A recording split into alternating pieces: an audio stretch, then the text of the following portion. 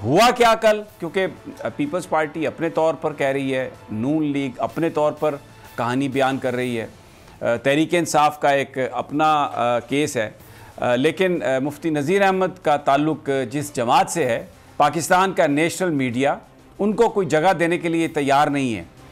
हालांकि उनके जलसे, उनकी गैदरिंग्स इस मीडिया की मदद के बग़ैर ऐसे उन्होंने मिसाली जलसे और मिसाली क्राउड्स इकट्ठे किए हैं कि शायद जो बड़ी बड़ी जमातें हैं, बड़ी बड़ी पब्लिसिटी के बाद भी वो इकट्ठा नहीं कर सकी। और कल के जो नताइज हैं उसमें मुस्लिम लीग नून ये कह रही है कि उनसे इलेक्शन चुरा लिया गया चंद सौ वोटों से। तहरीक इंसाफ भी कह रही है कि हम जाएंगे। मैं मुफ्ती नज़ीर अहमद साहब से बात शुरू करने से कबल आपको एक छोटी सी गुफ्तगू तकरीबन 30-40 सेकंड्स की है जो पीपल्स पार्टी के रहनुमा सईद गनी साहब कर रहे हैं, जिसमें वो ये खुद बता रहे हैं कि कौन सी जमात आगे गई, क्या थी, फिर क्या हुआ, कैसे हुआ, ये नताइज कैसे मुमकिन हुए।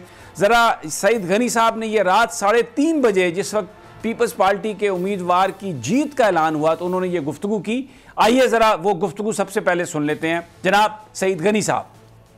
मैं ये कंपाइल कर रहा था रिजल्ट जब पहला फॉर्म 45 हमारे पास आया, उस वक्त से लेकर मैं आपको बता रहा हूँ कि पहले फॉर्म से लेकर आखिरी फॉर्म तक PMLN किसी मौके पर भी हमसे आगे नहीं निकली। सिर्फ एक मौके पर TLP हमसे आगे गई है। TLP हमसे आगे गई है। TLP के वोट हमसे बड़े थे, हम सेकंड हो गए थे, नून लीग थर्ड थी।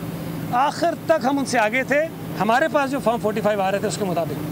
लेकिन अब अगर वो ये गलतफहमी में मुब्तला थे कि ये सीट कोई उनकी विरासत है और कोई उनको हरा नहीं सकता और ये हारने का उनका तसव्वुर नहीं हो सकता, तो मैं समझता हूँ कि ये ज़्यादती है।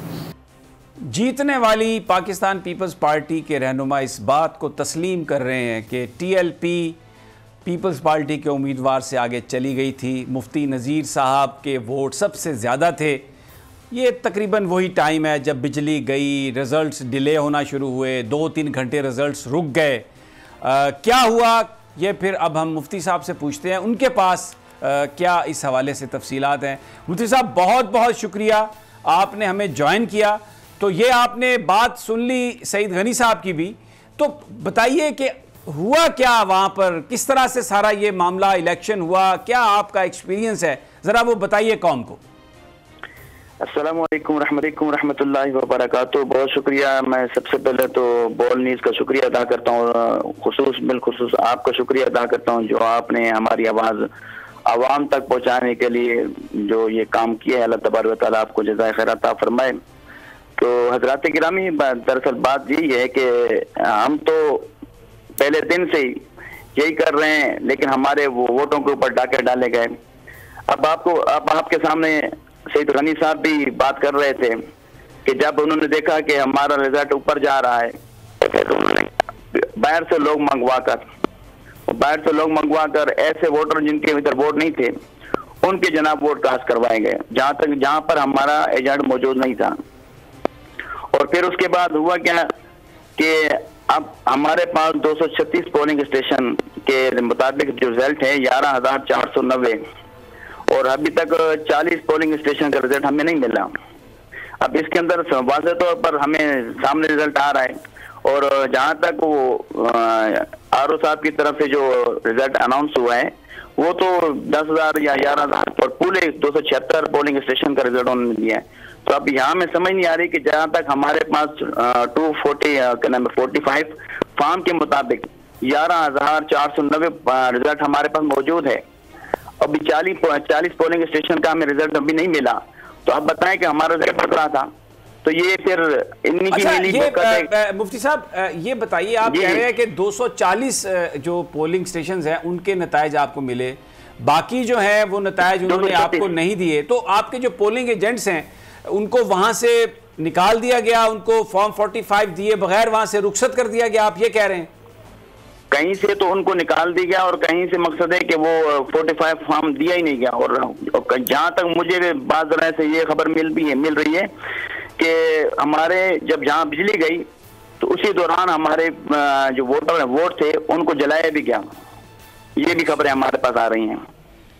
तो इस तरह के हालात किए गए हैं ताकि जीत तो हमारी पक्की थी। पूरे पाकिस्तान जानता था कि बल्दिया के अंदर अल्हम्दुलिल्लाह हमारे वोटर हैं, और अल्हम्दुलिल्लाह जब सारे पार्टी वाले ये कह रहे हैं कि हमारा जनाब टर्नआउट नहीं हो रहा, आवाम नहीं निकल रही, और हम तो भी जितने भी चाहने वाले हैं वो सारा सब अपने घरों से निकले हैं, उन्होंने अपना वोट कास्ट किया है, अपने घर वालों को लेके आए।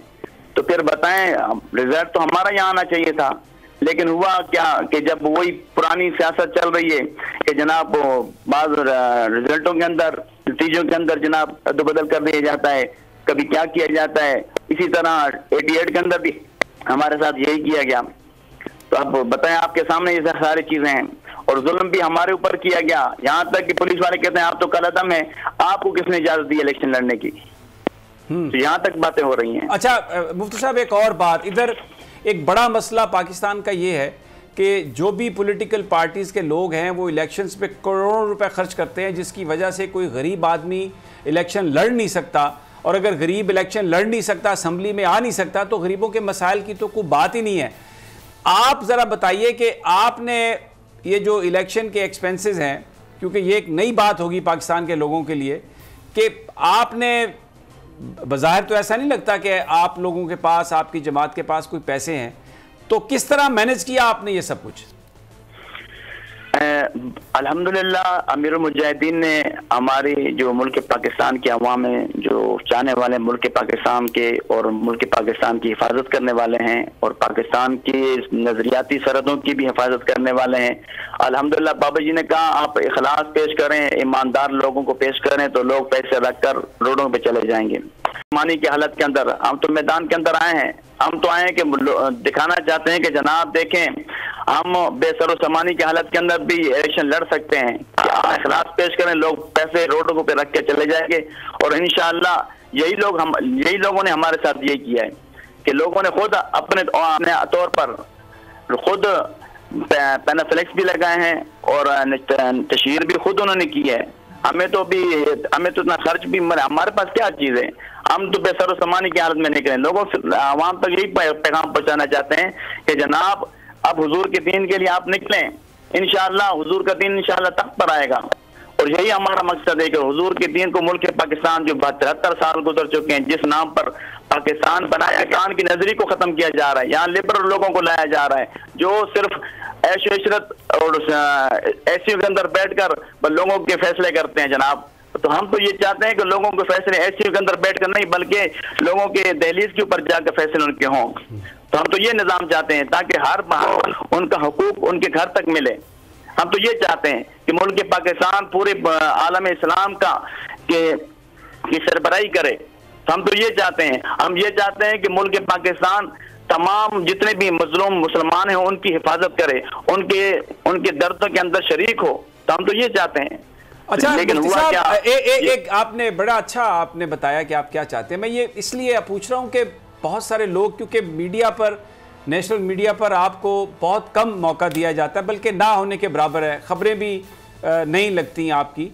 तो बेसिकली ये लोग ये जानना चाहते हैं कि आप एक पॉलिटिकल पार्टी के तौर पर कोशिश कर रहे हैं, आपने भी इलेक्शन लड़ा, कुछ आपने अपना बयान भी किया, तो जो आपका मैनिफेस्टो है जिसे हम कहते हैं कि मंशूर है आपका, उसकी जो आप 2, 3, 4 जो बड़ी बुनियादी चीज़ें हैं, अगर वो आप बयान कर सकें तो इससे लोगों को अंदाज़ा हो सके कि आप अगर असम्बलियों में आ जाते हैं तो आप करना क्या चाहते हैं पाकिस्तान में।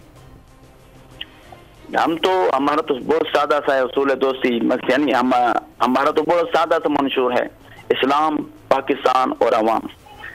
सबसे पहले मुल्क पाकिस्तान के अंदर इस्लाम को नाफिज करना है, और जो जिन कुर्बानियों के ऊपर पाकिस्तान फिर बनाया गया फिर उसकी हिफाजत करनी है, उस पाकिस्तान की हिफाजत करनी है। फिर अवाम है जो उसके अंदर रहने वाले हैं, उनके फलाह व बहबूद के अंदर काम करना है उनके। जब तक जिस नजरिए के ऊपर पाकिस्तान बनाए उसका नजरिया कोई खराब किया जा रहा है, तो फिर तो पाकिस्तान, फिर अवाम की हैसियत नहीं है। अब जब आप ये बताएं कि असम्बलियों के अंदर बैठ कर लोगों ने खत्म नबूवत के ऊपर डाके मारे, नमूस रिसालत के ऊपर जिसने गुस्ताखी की आसिया, उसको जनाब बाइज्जत तौर पर बरी किया गया, यहाँ से भेजा गया। अब गाजी मलिक मुमताज हसन कादरी को यहाँ पर शहीद किया गया। तो बताएं फिर इस असेंबली के अंदर फिर इस्लाम का नाम लेवा फिर कहां से साबित होंगे? और ये अच्छा, असेंबली के अंदर एक और बात जी जी अगर आप मुफ्ती साहब बयान कर सके,